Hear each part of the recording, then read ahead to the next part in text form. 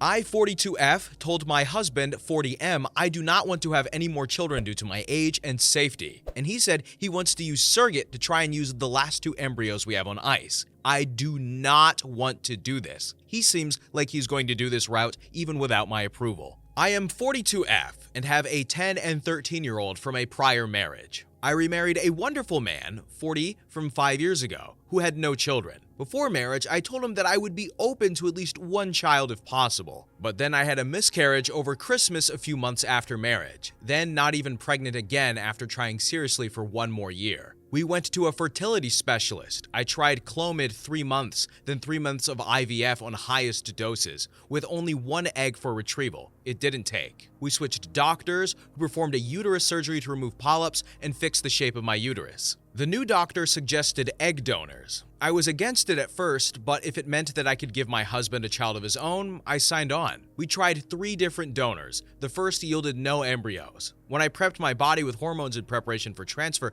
twice, but then there was nothing to transfer. Luckily, the 3rd time was a charm and got 3 embryos. First transfer of 1 worked, but then it split, and 2 identical boys. I was terrified because of risks associated with Modi pregnancy. I worry about my older 2 children if something ever happened to me. It would be horrible for them to be sent to live with their natural father, who is a malignant narcissist. Anyways, at 10 weeks, one of the twins died, which was horrifying. Carrying around a dead baby for the remainder of the pregnancy and not knowing if it would affect the other baby in utero. It was a nerve-wracking experience. Then I went into premature labor at 24 weeks, but they stopped contractions with the shot of medicine that could have made my heart stop. And then the baby developed an enlarged ventricle in the brain at around 28 weeks. That was terrifying. I was a wreck worrying for the remainder of the pregnancy. And then the baby was born premature at 36 weeks by a repeat C-section. Thankfully, after undergoing many MRIs and monitoring, the baby is 19 months old now and doing okay. I am so happy to have him. He is so wonderful. My husband has asked me a few times since if I would consider having another child because we have 2 more embryos on ice, but I feel like we shouldn't press our luck. I didn't want to be cut open a 3rd time or go through the mental, emotional strain of being pregnant again. The recovery this time was no joke. I have never been so sore. For the first 6 months,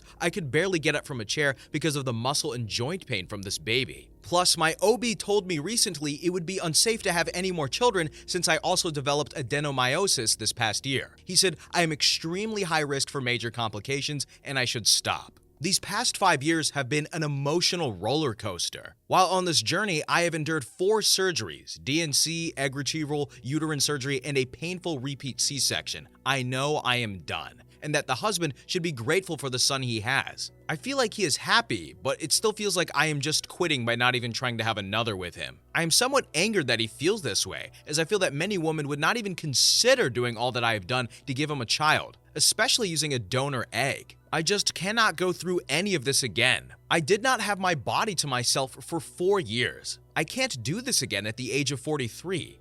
It would be over 61 when it graduates. The jump from 1 to 2 youngsters is hard, I know from experience. My husband has no idea. I don't have the bandwidth for any more children. I want to enjoy the 3 children we already have under our roof, my first 2 and our 1 baby together. But he wants another biological child and does not seem to care about the risks to my health by even suggesting I try for another. To make matters worse, after explaining how I can't physically do this, he said that he would just get a surrogate in that case, and he would be the one to mostly take care of the baby. I said no way, because that would just divide our family. He does not see my side on this. I don't want this to ruin our marriage. I do love him and have tried so hard, but this is the only thing we don't see eye to eye on. What are your thoughts on this topic? Oh boy, man, this lady went through hell and back to give this man a son, and he said, do it again. Bro, what? So I get it, right? A lot of people want to be parents, and he's like, hey, I want to have, having 2 kids of your own isn't uncommon, but I think he needs to snap out and realize he's not going to get any more with this lady. So he's either got to pick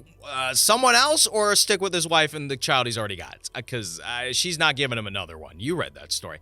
Anyway, next story. Story number 2. I, 39M, refused to force my daughter, 18F, to give her education fund to my wife, 42F's son, and kicked her out for crossing the line over it. A bit of background. I am 39M, a father to my daughter, 18F. Let's call her Emma. My first wife and I were middle school sweethearts. Emma was a happy accident and we were thrilled to be parents to her. But my wife died while giving birth to her. I had just graduated and started a job and I failed to juggle a kid and the career. So I remarried in a year and a half to my second wife, 42F. Let's call her Sam. She was also struggling to raise her son, Tom, due to financial difficulties. It was a marriage of convenience and we were very open about that. She would be stay-at-home raising both kids while I financially provide for them. There were ups and downs along the road, but we made it work. Sam always gave her son preferential treatment as an emotionally, which I never took an issue with. After all, she was my daughter, not hers. But I always provided equally for both of them because I always felt obliged to be fair with them both. There were not any major issues growing up. Both kids maintained a healthy relationship with each other while maintaining a bit of distance. Both care for each other, and we never asked for more. My first wife and I both had an insurance policy. It was paid out when she died. For some reason, we once randomly talked about what we would do with money if one of us passed away. We both decided it would go to our kids, and if we didn't have a kid, then the surviving spouse should travel the world. I have kept that money in a trust that has grown over the age of 17 years and has been yielding significant profits, and now it's quite a bit of money. I have never even borrowed a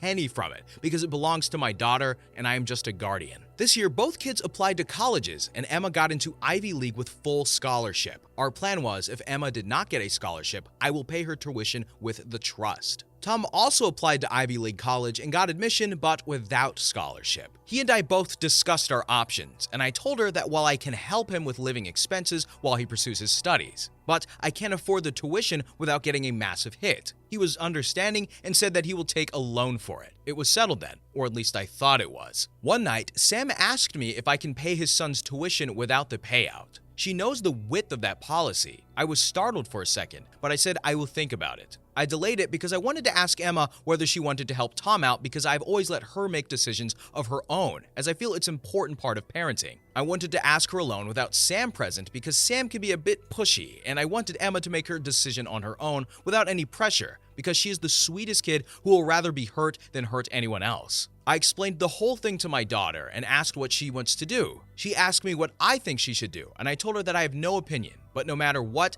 the decision she makes, it will not change anything between us. She will always be my world. She told me that she wanted to travel the world with me as her mom wanted, with half of the money, and invest the rest so she can have extra cash flow. She asked me for the weekend to think about it, which I was happy to give her. On the weekend, she texted me to come into her room. She asked me to explain the profit yields, the amount, and everything related to the amount, which I did. After contemplating, she decided that she can pay for one half of Tom's tuition while touring the world and maintaining the healthy cash flow. I stressed on her that if she does not want to do it, she does not have to. Tom is not her responsibility, but she said she wanted to help her brother out. During a family meeting, she told that to Tom in front of Sam and me. Tom teared up and went and hugged her and was very grateful. I noticed Sam was a bit off, but I ignored it. We all went out for dinner. In bed, Sam asked me who decided about Tom's tuition. I told her about the whole situation. Sam was shocked for whatever reason. She said that I didn't have to ask Emma and could have made the decision on my own as it was not Emma's money. I told her in plain words that she does not get a say in that since it was decided between me and Emma's mother what we will do with that money. Then she said, why didn't I involve her during the discussions with Emma? And by this time, I was at the edge, and I told her because it was none of her damn business. She said that she would talk to Emma and Emma can pay for her brother's full tuition and traveling the world is not necessary. I calmly yet firmly told her that she would not say a word to Emma about this, and this matter is closed.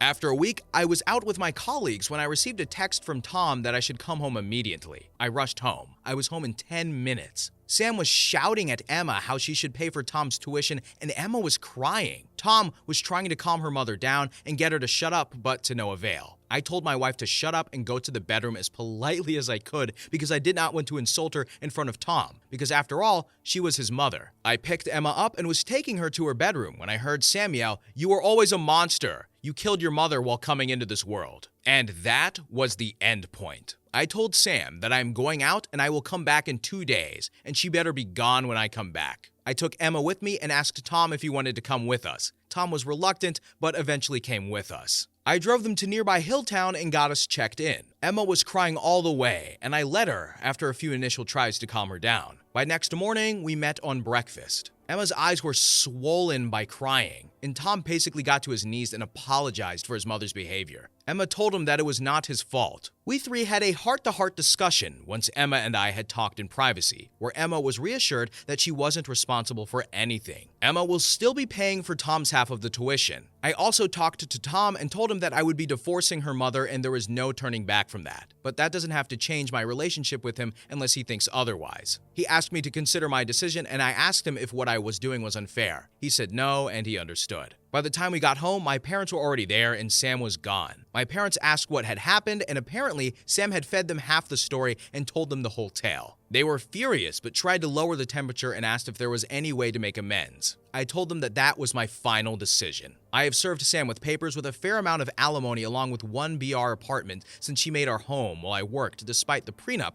which eliminated any prospects of alimony or division of assets. In the meantime, our relatives and friends have been asking me to reconsider it. While they do not condone what happened, they want me to make space for her. Sam also reached out to Emma and apologized for her behavior. Emma asked me to reconsider my decision as she has forgiven Sam and feels like there won't be any friction since she has already left for college. I am not willing to roll back because whatever affection I had for Sam is gone. I don't think it will ever be the same if we got back together, and there is no changing this lack of feelings for her. So I am asking objective and impartial Redditors for any advice on what to do here. I don't blame this guy for wanting a divorce. I could see how it could affect people, but also that's his marriage, right? And I mean, when you say that to your flesh and blood, someone's daughter, like what?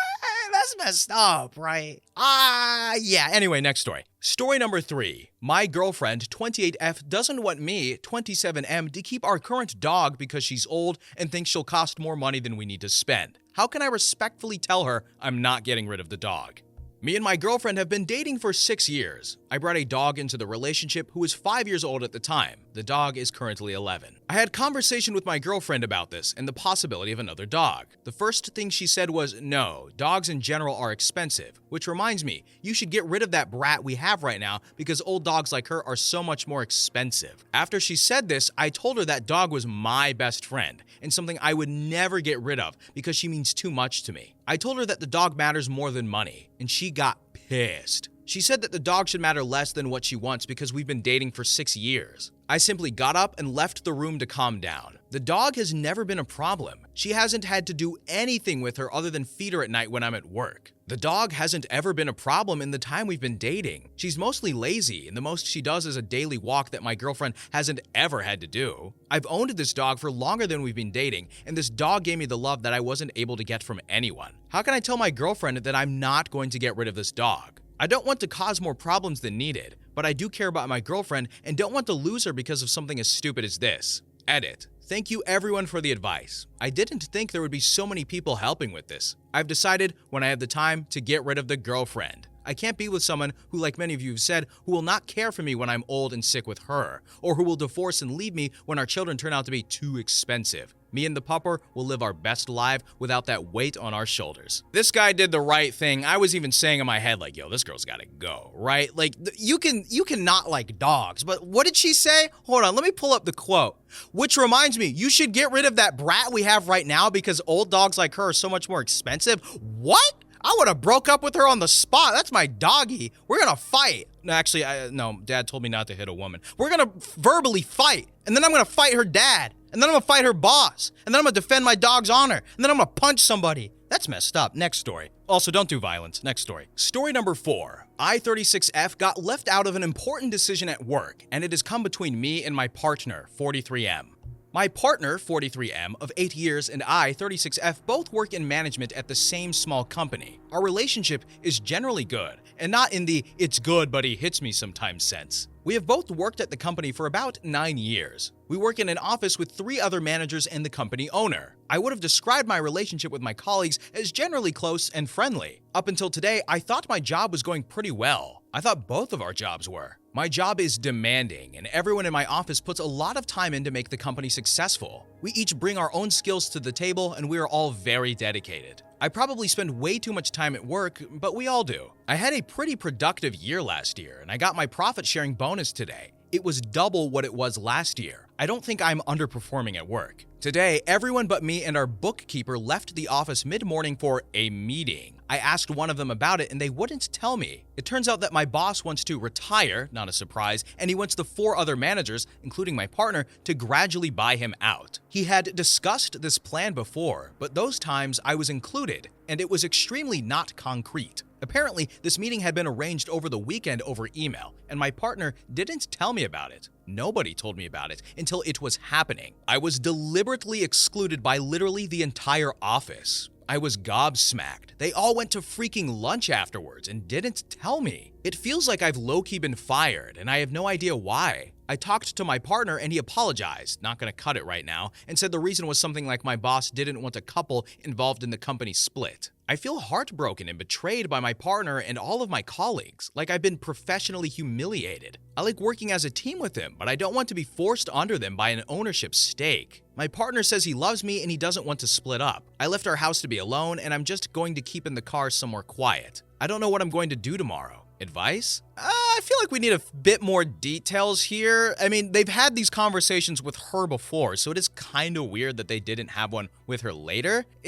I don't know. Like me personally, I don't think that warrants enough to break up, but also I'd be like, hey, what's going on? We gotta talk this out. You know, I say that a lot when I read these stories. Talking solves problems, but also excluding people creates problems. Next story. My boyfriend, 23M, screamed at me, 20F, for not wearing a bra under my shirt. We've been together for 8 months, and this is a really insane situation. I was staying the night at my boyfriend's apartment, and I really wanted to walk with him to this nearby shop so that I could buy a horchata, and for whatever reason, he didn't want to go. He started trying to make excuses like, we're both white, so it will look weird, but I just told him that I was just going to run in really quick, and all I wanted was for him to walk with me since it was like 11 p.m. He finally agreed, but he said he needed to shower and get dressed, even though we were just going to a small little shop. But I know he really cares about his appearance, so I don't mind. Anyways, I typically wear bras, but recently this brand of bras that I have is causing rashes and discomfort, so I just figured since we were going out for like a 5-minute walk that I would just put on a baggy shirt and be fine. We started walking to the place, and right at about the time we got there, he somehow noticed and said, "Are you not wearing a freaking bra?" When I explained that my bra was leaving me with a rash and it's not a big deal, he started screaming at me and saying that I'm trying to be an S-word,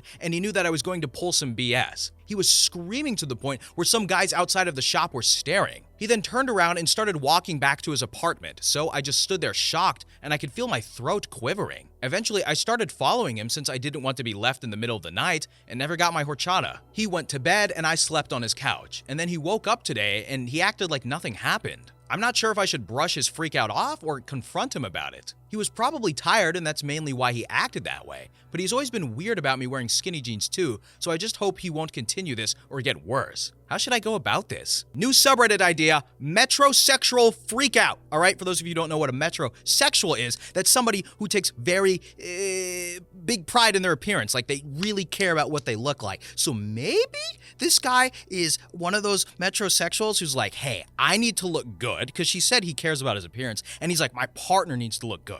So I'm out here dripped out, but she's over here not wearing a bra, and then he has this ridiculous freak out. Like, you don't yell at the girl, dude. You just say, hey, babe, can you wear a bra, right? I just feel uncomfortable going out in public. Maybe, just talk, man. Talk, bro. Talk your problems away. I gotta say this every time. We're calling this a talk show. No, we can't call it that. We're gonna come up with a name later. Anyway, thank you for listening. Bye.